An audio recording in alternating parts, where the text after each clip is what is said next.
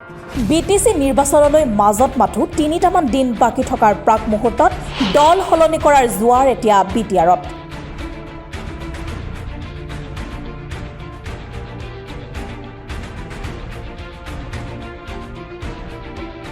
প্ৰমোদ বড়োৰ গৃহ সমষ্টিৰ ২ শতাধিক সক্ৰিয় UPPL কৰ্মীয়ে যোগ দিলে গণ সুৰক্ষা পাৰ্টিত। অন্যফালে ২৭ নং নাগৰিজুলি পৰিষদীয় সমষ্টিত UPPL দল ত্যাগ কৰি সমৰ্থন আগবঢ়ালে নিৰ্দলীয় প্ৰাৰ্থীক। আমি কোনো দলক সমৰ্থন নিদিওঁ। আমি যেহেতু ভোট দিব লাগিব নাগৰিক হিচাপে, এবাৰ আমি আমাৰ ইণ্ডিপেণ্ডেণ্ট প্ৰাৰ্থী সন্মানীয় ৰবীন্দ্ৰবালা বিশ্বাস ডাঙৰীয়াক আমি আমাৰ এই গ্ৰুপটোৰ পৰা পূৰ্ণ সমৰ্থন দিছোঁ। অভিযোগ প্ৰতি অভিযোগৰ চূড়ান্ত অৱস্থাত এতিয়া বিটিচিৰ ২৭ নং নাগৰিজুলি পৰিষদীয় সমষ্টিৰ নাগৰিজুলি ব্লক UPPLত খহনীয়া নেতৃত্বৰ ভূমিকাত ক্ষুণ্ণ আৰু কেইবাটাও অভিযোগেৰে বহুকেইজন বিষয়ববীয়াৰ পদত্যাগ দলটোৰ পৰা। কাৰণ মানে আমি ইমান দিনে UPPL দলৰ লগত আছিলোঁ, কামো কৰিছিলোঁ। তাৰপিছত যেতিয়া আমি দেখা পালোঁ যে এই দলটোৰ ভিতৰত হয়তো কিছুমান সন্দেহমূলক কিবা আছে বুলি এটা ডাউট হ'ল, যেনেকুৱা আমাৰ যিটো BTR ত্ৰিপাক্ষিক চুক্তিৰ মধ্যস্থতাকাৰী পৃথ্বীৰাজ নাৰায়ণ মেজ ডাঙৰীয়াই অলৰেডি প্ৰকাশ কৰি গৈছে যে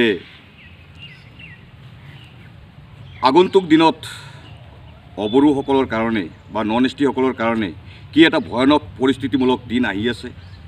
এই কথাষাৰ লৈ আমি বৰ শংকিত হৈ পৰিছোঁ, যাৰ কাৰণে আমি চিন্তা কৰিছোঁ যে এই দলটোৰ লগত আমি থাকিব নোৱাৰোঁ। আৰু প্ৰাৰ্থীজনৰ যদিও UPPL দলত আমি UPPL দলৰ হৈ কাম কৰিছিলোঁ, কিন্তু প্ৰাৰ্থীজনৰ যিটো চিন্তাধাৰা, প্ৰাৰ্থীজনৰ যিটো কাৰ্যকলাপ, প্ৰাৰ্থীজনৰ যিটো ব্যৱহাৰত আমি ক্ষুণ্ণ হৈ আজি UPPL দল ত্যাগ কৰিবলৈ ওলাইছোঁ। আৰু আনুষ্ঠানিকভাৱে সমৰ্থন আগবঢ়ালে সমষ্টিটোৰ নিৰ্দলীয় প্ৰাৰ্থী ৰবীন্দ্ৰ বিশ্বাসক। নাগৰিজুলি ব্লক BPFৰ উপসভাপতিকে আদি কৰি ৫০ গৰাকী নেতৃবৰ্গই কৰিলে পদত্যাগ। সমষ্টিৰ উন্নয়ন আৰু সম অধিকাৰৰ স্বাৰ্থত নিৰ্দলীয় প্ৰাৰ্থী ৰবীন্দ্ৰ বিশ্বাসক জিকাই নিয়াৰ প্ৰতিশ্ৰুতি বিষয়ববীয়াসকলৰ। UPPL দলৰ বাহিৰত যিমান স্বচ্ছ আৰু পৰিৱৰ্তনৰ শ্লোগান দিয়ে, ভিতৰত একোৱে নহয় বুলি মন্তব্য কৰ্মীসকলৰ। নাগৰিজুলি যিটো ২৭ নং নাগৰিজুলি সমষ্টিৰ নিৰ্দলীয় প্ৰাৰ্থী আমাৰ অতি শ্ৰদ্ধা তথা সন্মানীয় ৰবীন্দ্ৰবালা বিশ্বাস ডাঙৰীয়াক আমাৰ এই গ্ৰুপটোৰ পৰা অৰ্থাৎ দলটোৰ পৰা আমি সমৰ্থন দিবলৈ ওলাইছোঁ। ৪৫জন মানুহে অৰ্থাৎ UPPLৰ কৰ্মীয়ে পদত্যাগ কৰিছোঁ। হয়তো সময়ত আৰু আহিম বুলি কৈ আছে, নিশ্চয় ইয়াৰ সংখ্যা আৰু বাঢ়ি যাব পাৰে। মই নাগৰিজুলি ব্লক UPPLৰ ৱৰ্কিং প্ৰেচিডেণ্ট আছিলোঁ, এখেত ভাইচ প্ৰেচিডেণ্ট আছিলে, তেওঁ নাগৰিজুলি প্ৰাইমাৰী সমিতিৰ প্ৰেচিডেণ্ট আছিলে, ব্লক কমিটিৰ ৱৰ্কিং প্ৰেচিডেণ্ট প্ৰমুখ্যে বোধ কমিটিলৈ আমাৰ বহুতো বিষয়ববীয়াসকল আছে।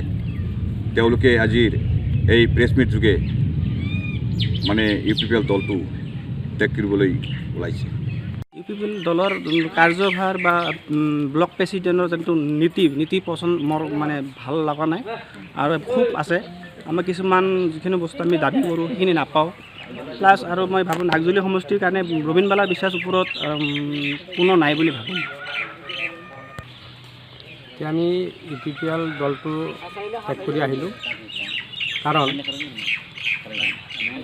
UPPL দলৰ নীতি আদৰ্শ যিখিনি আগতে হয়তো দেখুৱাইছিল বা কৈছিল, মুখেদি যিখিনি কৈছিল, কিন্তু লিখিত আকাৰে আমি সেইখিনি পোৱা নাই।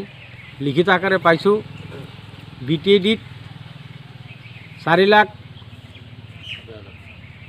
অবড়ো মানুহৰ সম্পত্তি লৈ টানাটানি কৰিব বা অবড়ো মানুহখিনিক উচ্ছেদ কৰিব, এই কথাখিনি যেতিয়া আমি গম পালোঁ, লিখিত আকাৰে যেতিয়া আমি দেখা পালোঁ, তেতিয়া আমাৰ মনত খুব দুখ লাগিলে। কাৰণ আমিও সেই অবড়োতে পৰিছোঁ।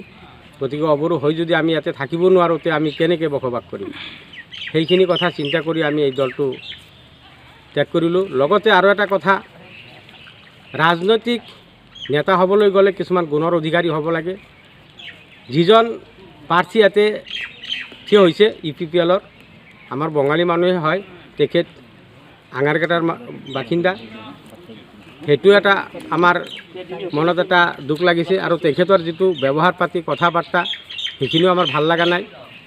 আৰু ৰাজনৈতিক নেতা হিচাপে যিখিনি ষ্ট্ৰেংথ থাকিব লাগে সেইখিনি ষ্ট্ৰেংথো তেখেতৰ নাই। গতিকে বিভিন্ন ফালেদি চিন্তা কৰি আমি UPPL দল ত্যাগ কৰিলোঁ। আনফালে 28 নং গয়বাৰী পৰিষদীয় সমষ্টিত UPPL দলৰ প্ৰায় 2 শতাধিক কৰ্মীয়ে দল ত্যাগ কৰি আনুষ্ঠানিকভাৱে যোগদান কৰে গণ সুৰক্ষা পাৰ্টিত।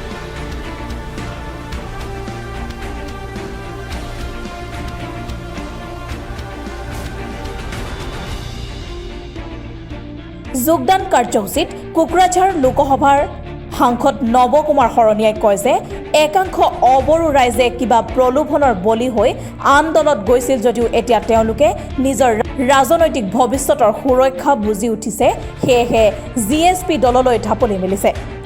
লগতে সাংসদগৰাকীয়ে UPPL দলক উগ্ৰ জাতীয়তাবাদী দল হিচাপে আখ্যা দিয়ে আৰু 28 নং গয়বাৰী পৰিষদীয় সমষ্টিত GSP দলে জয়ী হোৱাৰ লগতে BTCত গণ সুৰক্ষা পাৰ্টিৰ পৰিষদ হোৱাটো নিশ্চিত বুলি দাবী কৰে। আজি এই সময়ত ট্ৰেক্টৰ কেলে লাগে? আমাৰ 2-4টা মস্ত লিডাৰ আছিল ইয়াতে, তেওঁলোকে বোলে চলিকান্ত বোলে নবৰণে সোমাব। কোন মাইকেলাল আছে চলিকান্ত নবৰণে মন দিয়ে? হা, কোন আছে ইয়াতে? কি মই মোৰ কাৰণে আহিছো? মোৰ কাৰণে আহিছো নেকি? মইতো এমপি হৈছো। আজি আমাৰ একো নহ'লে আজিকালি মৰিলেও সাংসদগৰাকীয়ে সাংবাদিকৰ হোৱা এক সাক্ষাৎকাৰত কেতবোৰ বিস্ফোৰক মন্তব্য প্ৰকাশ কৰে। নাঙল বা ট্ৰেক্টৰত ভোট দিলেও লাভ কিন্তু পদুম ফুলৰে। এইবাৰ হাৰিলে অবড়ো ৰাইজৰ সকলো অধিকাৰ ক্ষুণ্ণ হ'ব। কলমৰ জোৰ বন্দুকতকৈ সদায় বেছি। UPPLক জয়ী কৰোৱাৰ বাবে BJPয়ে উঠি পৰি লাগিছে। জইন কৰিছে, অকল এওঁলোকে নহয়, ইতিমধ্যে আৰু বহু কৰ্মী বিভিন্ন জেগাত জইন কৰিছে আৰু আহি থকা দিনবিলাক আকৌ আহিব।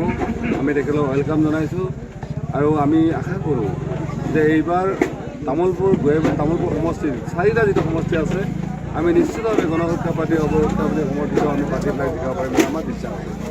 কি দলৰ পৰা জইন কৰিছে? আৰু তেওঁলোকে বেছিভাগ UPPLৰ পৰা আহিছে আৰু মেক্সিমাম UPPL আহিছে, কাৰণ UPPL কি বস্তু তেওঁলোকে খাই পিন্ধে বহুতে জনা নাছিল। লাহে লাহে যে গোটেই কথাবিলাক বুজিছে, তেওঁলোকে নিজৰ মানুহখিনিৰ স্বাৰ্থত তেওঁলোকে কিন্তু আকৌ উভতি আহিছে মূলনীতিলৈ। নিশ্চিতভাৱে আমি ভাবোঁ MP ইলেকশ্যনকৈ ভাল হ'ব, কাৰণ MP ইলেকশ্যনৰ সময়ত আমাৰ ইয়াত বহুত এনেকুৱা ধৰণৰ পলিচি আছিলে যাৰ কাৰণে ভোটবিলাক বিভক্ত হৈছিল।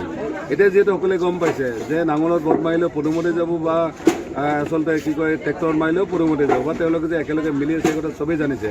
আৰু বিশেষভাৱে আমাৰ কাৰণে আৰু ডাঙৰ কথা যে এইবাৰ যদি আমি হাৰিব লাগে তেতিয়াহ'লে ভৱিষ্যতে হয়তো আমাৰ সকলো ৰাস্তা বন্ধ হৈ যাব, বা আমাৰ ৰাইজৰ যিখিনি আশা আকাংক্ষা ভূমিৰ পৰা একেবাৰে ভাষাটোলৈকে বা গাঁও গঠনৰ পৰা বাকীলৈকে যিটো আশা কৰিছে সেইটো নহওঁ বুলি ভাবিছে, যাৰ কাৰণে হয়তো ৰাইজবিলাক ইতিমধ্যে একত্ৰিত হৈছে। গণ সুৰক্ষা পাৰ্টি এখন সদস্যৰে চৰকাৰ গঠন কৰিব। নিশ্চিতভাৱে আমি আজিৰ দিনতো আমি 30+ চিট আমি পাম বুলি আশা কৰোঁ, কাৰণ যি 2-এটা চিট বেয়া চিট আছিল বা অলপ তেনেকুৱা আছিল তাত অলপ খেলি মেলিবিলাক হৈছে, কিন্তু বাকী অভাৰঅল আমাৰ 32 সমষ্টিত একদম আমি ধুনীয়াকৈ এতিয়াও মানে জিকিব পৰা পজিশ্যন হৈ আছে। নিশ্চিতভাৱে আমাৰ ৰাইজে জানে তেওঁলোকে বন্দুকডাল থ'লেও কলমটো তেওঁলোকে ল'ব বিচাৰিছে। বন্দুকৰ জোৰ যে কলমৰ জোৰ যে বন্দুকতকৈ বেছি তেওঁলোকে সকলোৱে জানে, আৰু সেইকাৰণে আৰু তেওঁলোকৰ এজেণ্ডাটো যিহেতু ইয়াত BTR বা বড়োলেণ্ড আৰু একে সুৰতে মানে BJPৰ সুৰ মিলাইছে, আৰু BTR চুক্তি কাৰ্যকৰী কৰিব গ'লে ইয়াত ভূমি অধিকাৰ হেৰুৱাই নহয়, ইয়াৰ পৰা উচ্ছেদিত হ'ব লাগিব। চাকৰি বাকৰি পলিটিকেল লাইফ সকলোবিলাক শেষ হৈ যাব। এনেকুৱা ধৰণৰ বহু কণ্ডিশ্যন আছে যাৰ কাৰণে ৰাইজে মানে নিশ্চিত যে এইবাৰ যিহেতু BJP উঠি পাৰি লাগিছে, কাৰণ BJP ওপৰৰ পৰা নিৰ্দেশ দিছে মানে কি কয় মানে যে যেনেকৈ নহওক প্ৰমোদ বড়োক বা UPPL জিকাব লাগে। সেইকাৰণে আমাৰ ৰাইজ যথেষ্ট একত্ৰিত হৈছে আৰু চবেই সংগঠিত হৈছে, আৰু মই ভাবোঁ ৰাইজে ভাল ফলাফল পাব।